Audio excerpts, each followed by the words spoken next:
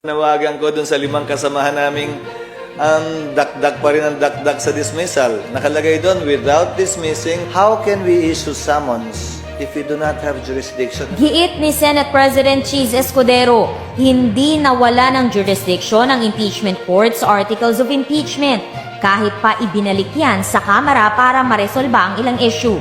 Ito nga raw ang dahilan kung bakit kaninang umaga lang nag-issue na ng summons ang impeachment court para kay Vice President Sara Duterte.